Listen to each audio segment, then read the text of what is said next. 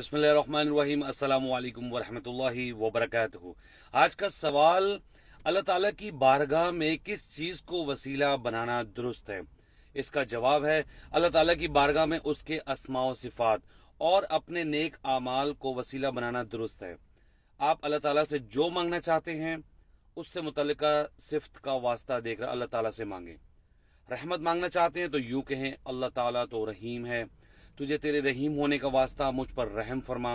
اسی طرح اپنے نیک عمل کا واسطہ دیں کہ اللہ تعالیٰ میں نے فلاں عمل خالصتاً تیری رضا کے لیے کیا تھا، اگر تو جانتا ہے کہ واقعی میں نے وہ عمل تیری رضا کے لیے کیا تھا تو مجھے فلاں چیز عطا فرما دے یا فلاں چیز سے نجات دے دے، جیسے غار والے لوگوں نے اپنے نیک عمل کا واسطہ پیش کیا تھا۔ سوال، کیا دعا کے لیے کسی انسان کے واسطے کی ضرورت ہے؟ جواب، دعا کے لیے کسی انسان کے واسطے کی کوئی ضرورت نہیں، بلکہ براہ راست جب چاہیں اپنے رب سے مانگیں۔ سوال، کیا زندہ لوگوں سے دعا کرانا جائز ہے؟ جواب، جی ہاں، زندہ لوگوں سے دعا کرانا جائز ہے۔ سوال، ہم رسول اللہ صلی اللہ علیہ وسلم کی شفاعت کی درخواست کس سے کریں؟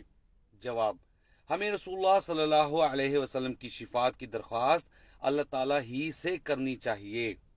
سوال، کیا ہم زندہ افراد سے دنیا کے کاموں میں سفارش طلب کر سکتے ہیں؟ جواب، جی ہاں، ہم زندہ لوگوں سے سفارش کا مطالبہ کر سکتے ہیں۔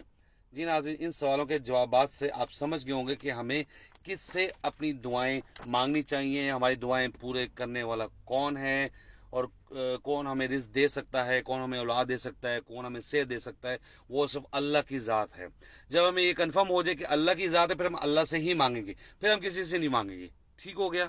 تو جسٹ ریمائنڈر تھا، تو میں امید کرتا ہوں کہ آپ جب بھی دعا مانگیں گے آپ اللہ سے مانگیں گے۔ آپ کو جب بھی کوئی بات منوانی ہے تو آپ تہجد پڑھ لیا کریں، اللہ تعالیٰ مجھے بھی پڑھنے کی توفیق عطا فرمائے، اور سجدہ لمبا کیا کریں، سجدے میں زیادہ زیادہ دعائیں کیا کریں، اٹھتے بیٹھتے اللہ تعالیٰ سے مانگا کریں۔ انشاءاللہ آپ کی دعائیں ضرور قبول ہوں گی۔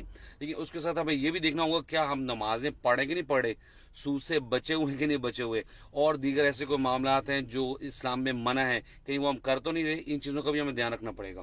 انشاءاللہ اللہ تعالیٰ ہماری تمام جائز دعاؤں کو قبول کرے، آمین۔ السلام علیکم ورحمۃ اللہ وبرکاتہ۔